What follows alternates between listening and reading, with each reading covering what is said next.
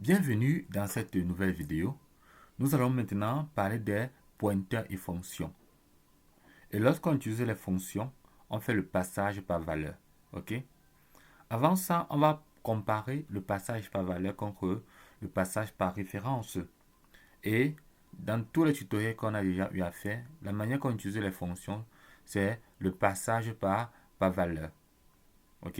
Allez même sur nos tutoriels sur les fonctions en C, c'est le passage par valeur. Ok? Et comment ça fonctionnait le principal? Le principe de passage par valeur. Quand on passe une variable à une fonction, le C copie sa valeur. Ok, donc la valeur initiale de la variable ne se modifie pas. La fonction travaille sur une copie uniquement. Ok, et on va faire un exemple dans l'objectif de bien comprendre ça. Supposons on a notre fonction void qui prend un paramètre x et j'incrémente x, n'est-ce pas? Ok, le x là, n'est-ce pas? Ça sera juste une copie. C'est une copie d'une variable qu'on va déclarer dans le main. Ok? Donc, dans la fonction, on aura une incrémentation. Mais ailleurs, si on appelle un élément, si on appelle par exemple un élément, si j'appelle par exemple l'élément qu'on a incrémenté dans la fonction, il n'y aura pas de changement. Faisons un simple exemple. Compilons d'abord le code pour voir comment ça fonctionne.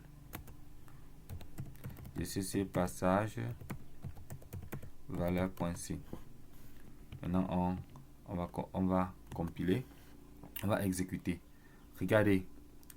A est égal à 5. La fonction incrémentée qui prend le paramètre x, j'appelle mon paramètre a. Nous sommes d'accord, la fonction s'exécute. On a 6, n'est-ce pas? Dans la fonction uniquement. Mais à l'intérieur du main, j'affiche mon a. Regardez, j'ai incrémenté a. J'ai incrémenté a dans la fonction. Ok?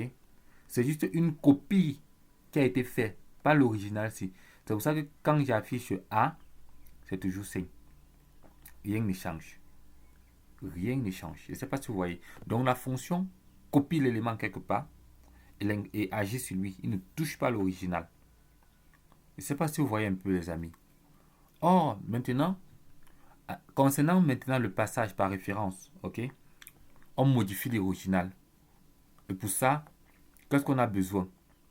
On passe l'adresse de la variable, n'est-ce pas? Et la fonction reçoit un pointeur et peut modifier la variable originale. Mhm. Donc via ce pointeur. Ok les amis. On va faire un petit exemple. Par exemple, voici un exemple. Voici la fonction incrémentée qui prend un paramètre. Sorry. Donc voici la fonction incrémentée, n'est-ce pas? Qui prend un paramètre notre pointeur. Ok. Et j'incrémente le pointeur. Donc, j'incrémente le pointeur. Donc ici, on modifie ce que P pointe. Sur l'original comme on modifie. N'est-ce pas? Donc étoile P plus plus, on peut encore dire étoile P est égal à étoile P plus 1. Maintenant, allons voir dans le main. Dans le main, je déclare ma variable A. Ok. Maintenant, dans ma fonction, puisque c'est un pointeur, il faut passer, puisque la fonction incrémentée prend en paramètre un pointeur, il faut passer une adresse. Une adresse, autant pour moi. L'adresse de A. Ok. Maintenant, si on affiche A, contrairement à l'exemple précédent où la valeur de A ne s'incrémentait pas, ici la valeur de A va s'incrémenter, elle va changer. La valeur de A va changer parce que le pointeur, parce que la fonction prend en paramètre l'adresse et l'adresse contient le pointeur qui pointe vers la valeur de l'adresse. Ok les amis, j'espère que vous comprenez. Donc, mais faites une pause, vous écoutez ça même 3 fois ce que je suis en train de dire, c'est important. Ok, on va compiler et vous allez voir. GCC passage ref.c. Vous voyez, A est égal à 6. Or, dans l'exemple précédent, le A ne changeait pas après incrémentation. Donc, le passage par référence, c'est quand on utilise les pointeurs et on modifie, n'est-ce pas, la valeur initiale. Ok, on modifie la valeur initiale. Or, avec ce qu'on appelle le passage par valeur, qu'est-ce qui se passe là-bas? On modifie juste une copie de la variable là. On ne touche pas la variable initiale. Donc, si vous avez compris ça, vous avez compris ça, c'est que c'est bon. Vous pouvez manipuler maintenant les pointeurs dans les fonctions.